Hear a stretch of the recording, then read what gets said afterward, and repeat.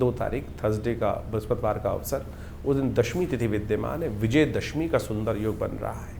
आपकी राशि के दृष्टिकोण से दिन थोड़ा सा खर्चीला साबित हो सकता है। ना चाहते हुए भी जो चीज़ें रोकते रोकते भी चीज़ें हाथ से फिसलने की तरफ जाती दिखाई दे रही हैं, और हर चीज़ को, रूल्स को फॉलो करते हुए कार्य करें। अननेसेसरी का जुर्माना आपकी राशि के दृष्टिकोण से बनता दिखाई दे रहा है। इस दिन विशेष तौर पर विजय प्राप्त करने के निमित्त कुछ खास उपाय करने चाहिए। विजयदशमी है, विजय का योग है। अद्भुत रूप से कैसे बनेगा वो, उसके लिए कुछ खास सिद्धांत समझने पड़ेंगे। विजयदशमी के दिन अपराजिता का पूजन किया जाने का शास्त्र में नियम बताया गया है।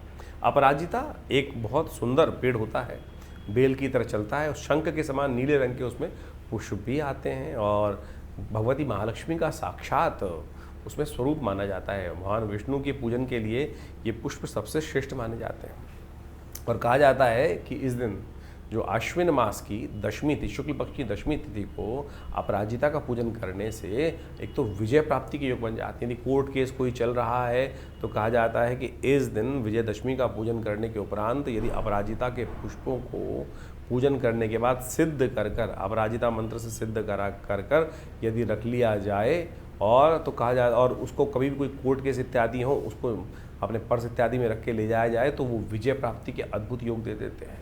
तो इस चीज़ को खास तौर पे उपयोग करना चाहिए। अपराजिता का पूजन इस दिन अवश्य करें।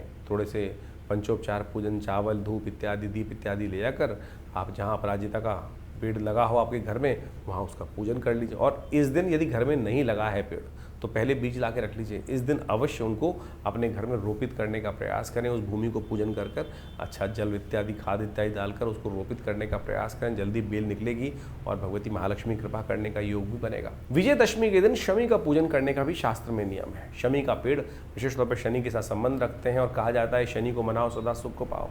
तो इस दिन विजयदशमी के दिन विशेष तौर पर शास्त्र में वर्णित है कि शमी के पेड़ को किसी देवस्थल में जाकर रोपित कर दें, या उस पेड़ की किसी भी जगह में लगा हो तो उसका पूजन भी शास्त्र विधि के अनुसार से अवश्य करने का प्रयास करना चाहिए।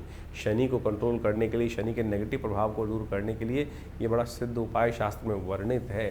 कहा जाता है कि इस दिन पान के पत्ते में शमी के पत्तों को लपेट कर हनुमान जी को अर्पित कर देना चाहिए, और उसके बाद अगले दिन उस पान को उठाकर आप यदि अपने तिजोरी वाली जगह पे या जहाँ घर में कहीं रख लेंगे तो कहा जाता है शनि इत्यादि के तमाम दोष दूर करने के लिए हनुमान जी कृपा से सुंदर योग बन जाता है। उस पान के पत्ते को ऐसे ही किसी चांदी के बटुए में लपेट कर रख देंगे तो कहा जाता है विजय का भी योग देगा, और साथ साथ आपके जीवन के बहुत सारे कष्टों को भी दूर करने का योग बनाता है। ये